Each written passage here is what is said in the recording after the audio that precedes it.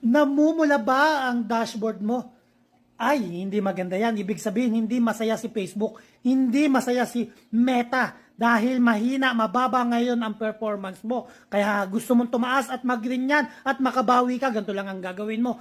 Kung isang beses ka lang nag-upload ng reels, gagawin mo ng 2, 3, 4 na reels ang i-upload mo kada araw. At dapat, para magtumaas ang interaction mo, kailangan nagko-comment ka sa lahat ng nag-comment dyan sa reels mo. Sa mga long video mo at sa mga live mo, dapat mag-comment ka dahil the more na nagko-comment ka, nagbo-boost ang video mo at ikakalat ulit yan ni Facebook, ni Meta. Kaya comment ka ng comment para ikalat yan ni Facebook, mga video mo. At susunod, pumunta ka sa mga grupo na mga reels to reels, o mga followers to followers, maghanap ka doon ng mga tutulong sa'yo para i-follow ka at panoorin ang reels mo. Ayan ang technique dyan para magkaroon ng green dot.